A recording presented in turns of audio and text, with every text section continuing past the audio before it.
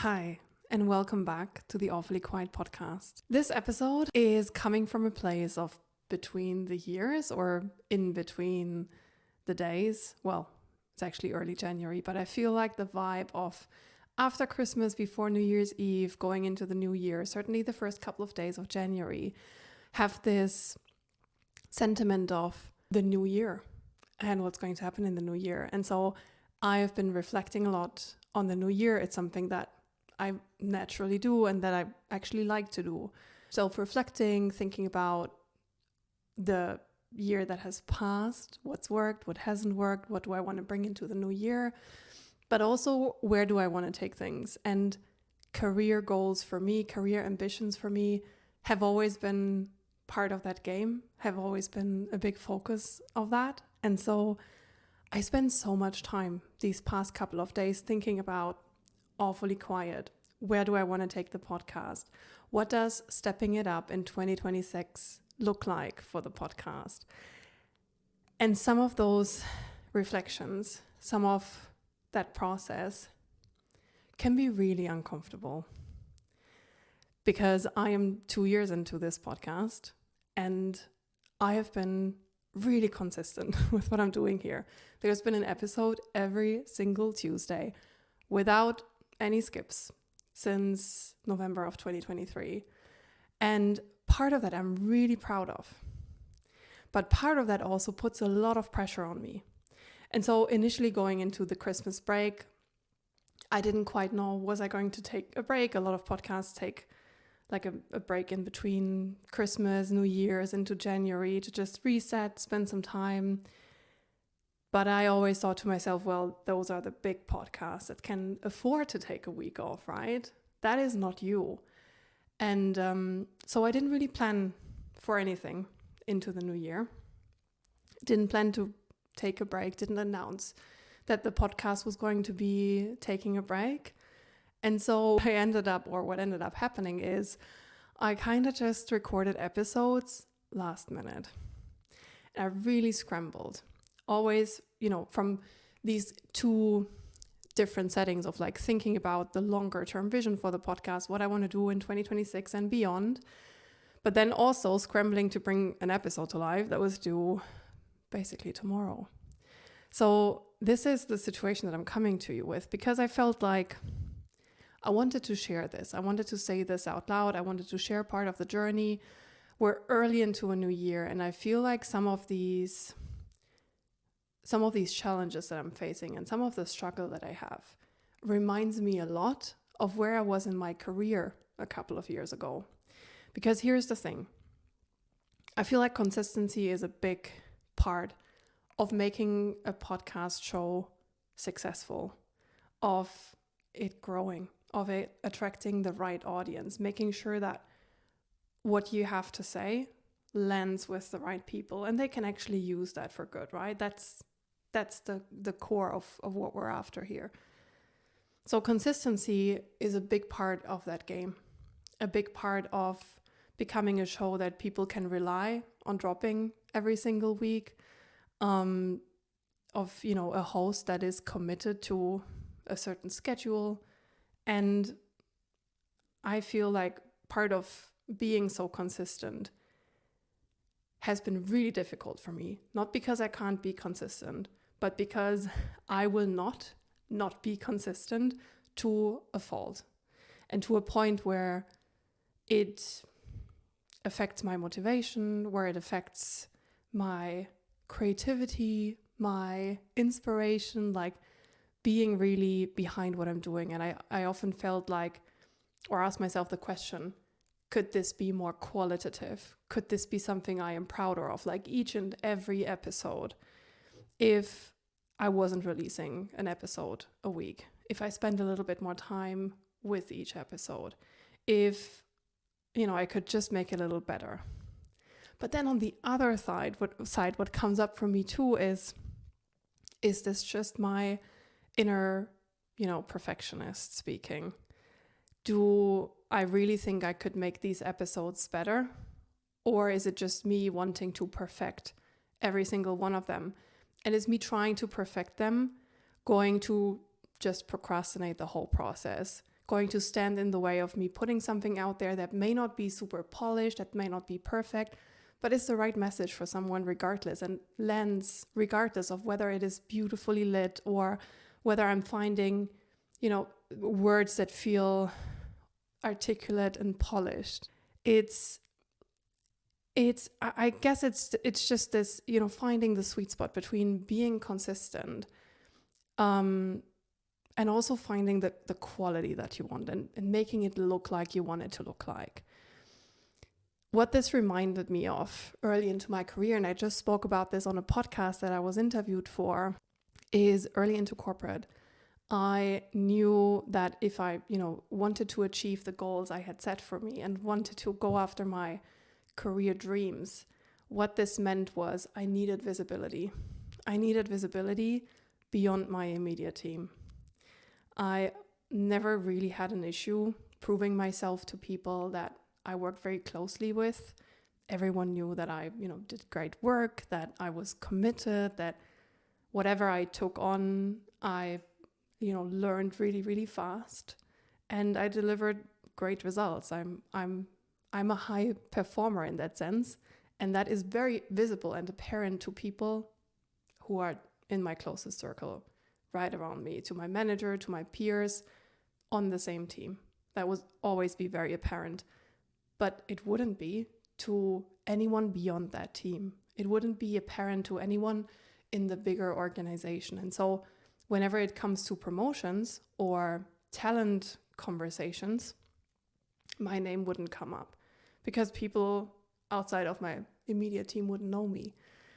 And so I figured I needed to become more visible. And that is actually the kind of feedback I would receive at the time. You need to be more visible. You need to be a little louder.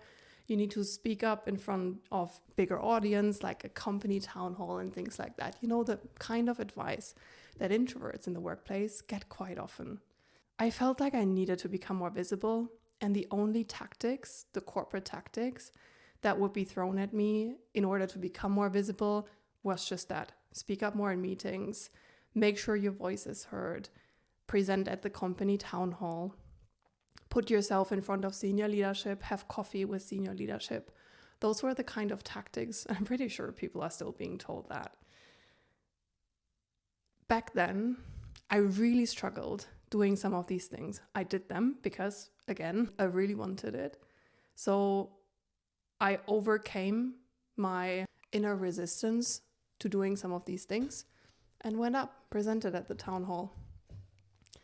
And it didn't quite work. I was nervous. My face turns red. I'm not my best in front of a huge audience who I am not sure is really interested in what I have to say.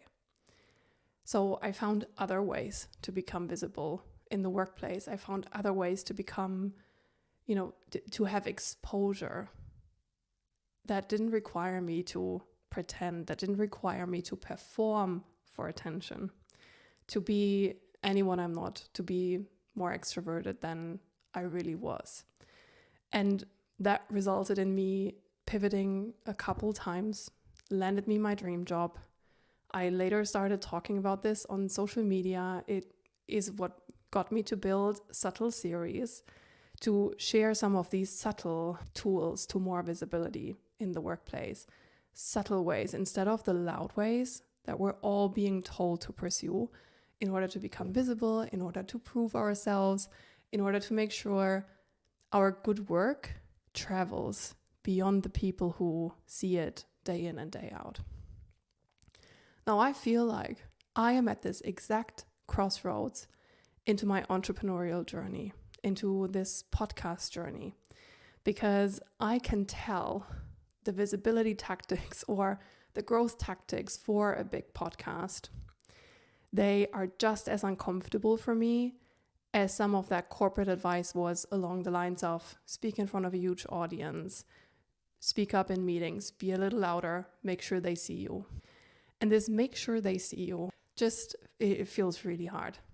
Obviously, I'm somebody who has spoken into this microphone for the past 2 years, who has now tried to show up on video more and more often, because again, that is something that I've been seeing left and right. And I think that is something that I did back then too, is I looked left and right of like, what are other people doing to becoming more visible? And I'm doing the very same thing in the podcasting world. I follow so many podcasts online and I see what video episodes they put out, the in-person interviews, the polished, super elaborate, super cool video settings.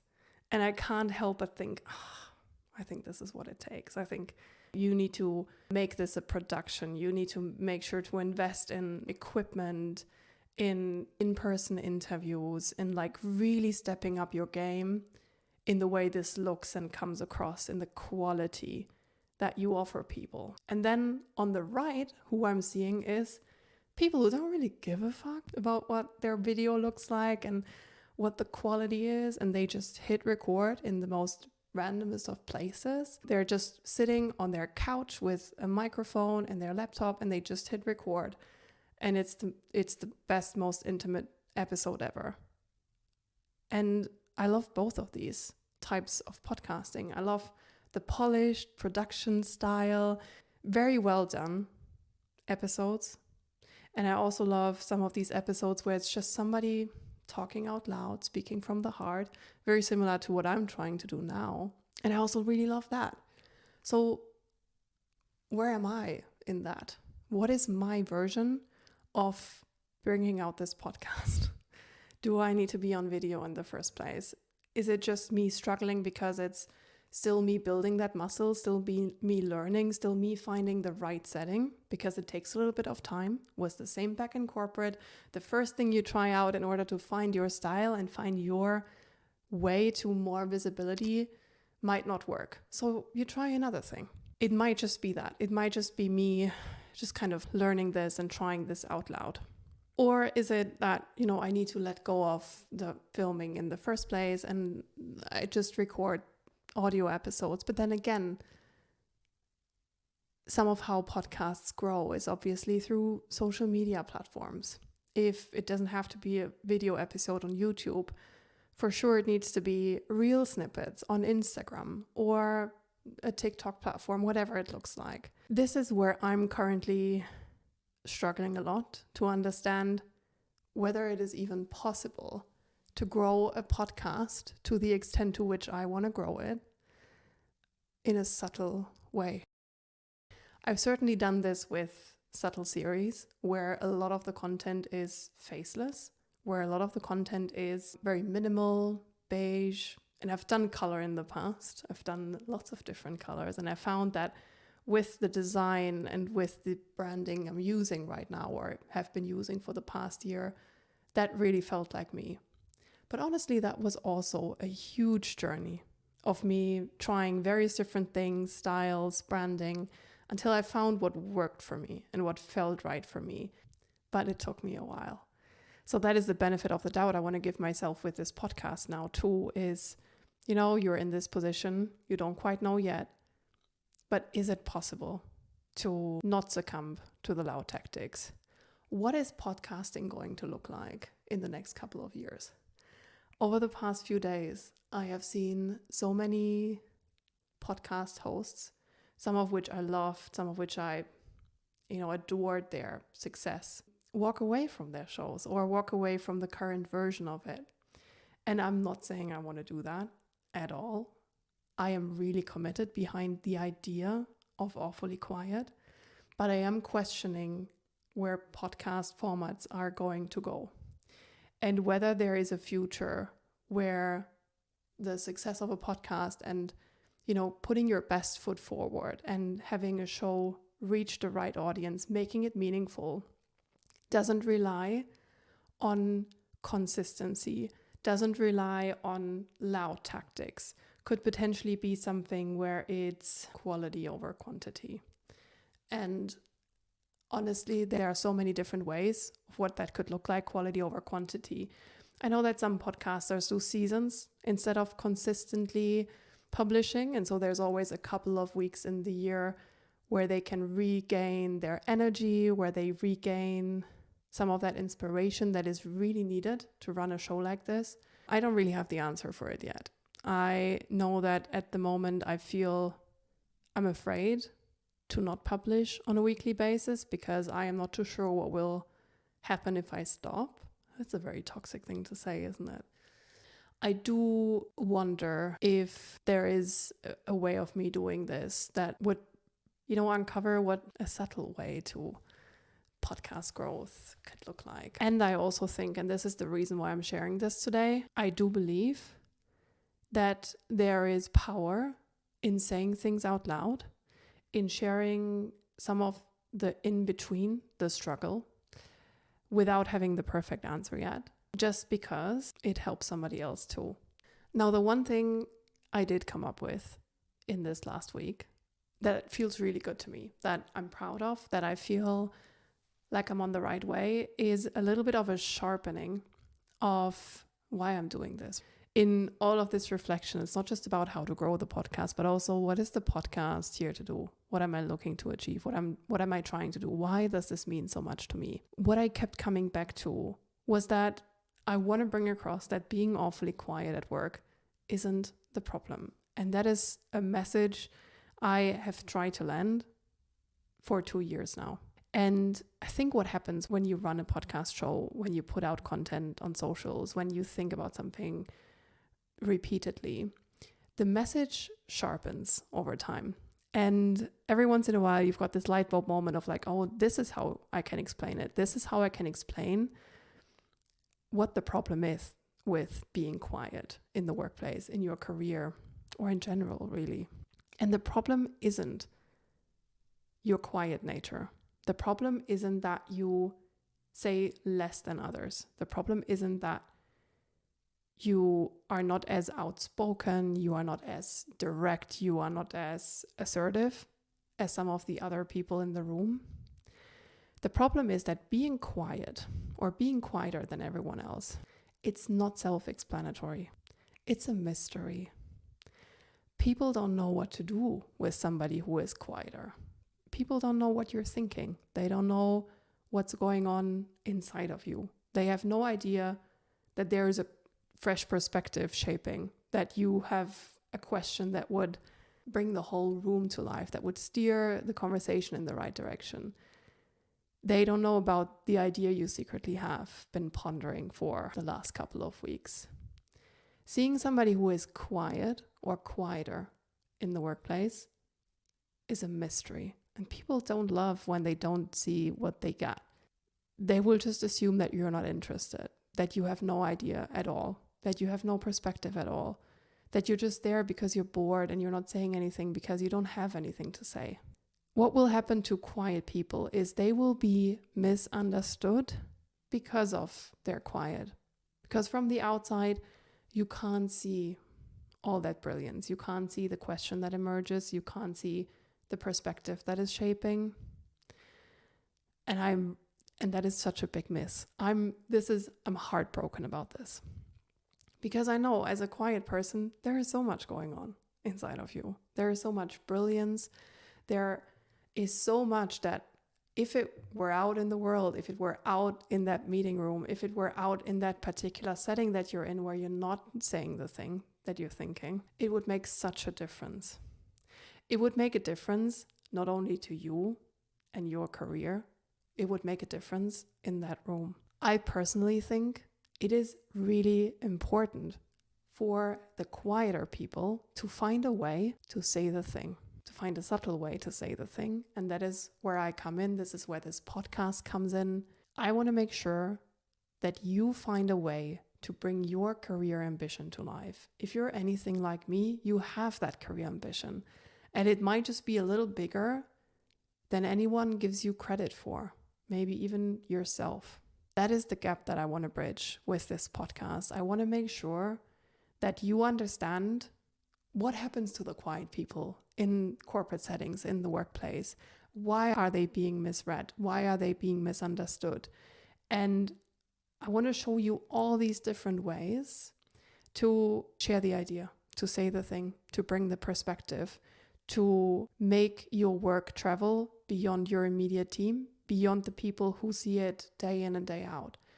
I want to make sure that you are positioned so well, that opportunity that you really want is going to come to you. And none of that needs to happen in a loud way. none of that needs to happen in a way that takes away from who you really are at your core. That is what we're doing here. We're unpacking why quiet is misunderstood, how quiet really is an edge and can be a competitive advantage if you use it right. And then I want to share some of the tools that have helped me, some of the approaches that nobody talks about in corporate, that nobody teaches you, nobody advises you to do, but have worked for me personally. And then I do want to bring people on who can bridge the gap of some of the things that I feel like I could learn about more and that I feel like could be helpful on this journey to more visibility, not in a loud way, in a way that is impactful for you, in a way that makes a huge difference for you, your career, for the rooms that you're in, and it's going to bring you into the rooms that you're not in yet, but really want to be in. So that is what feels truest to me today. That is the mission. That is what I'm looking to do. And is what the podcast is here for. Whatever this looks like in 2026. And I'm sure I'm going to land on a new way forward. But that is what is true to me today and what I wanted to share with you. Thank you for listening if you've listened all the way until the end. And if you have an idea, if you have feedback, if you're thinking to yourself, you know what? Here's what I would love from this show in 2026. I have been sitting on something that I've not shared with Hannah because, just because. Reach out, leave a comment, DM me at Awfully Quiet Podcast. I would love to know. See you next time.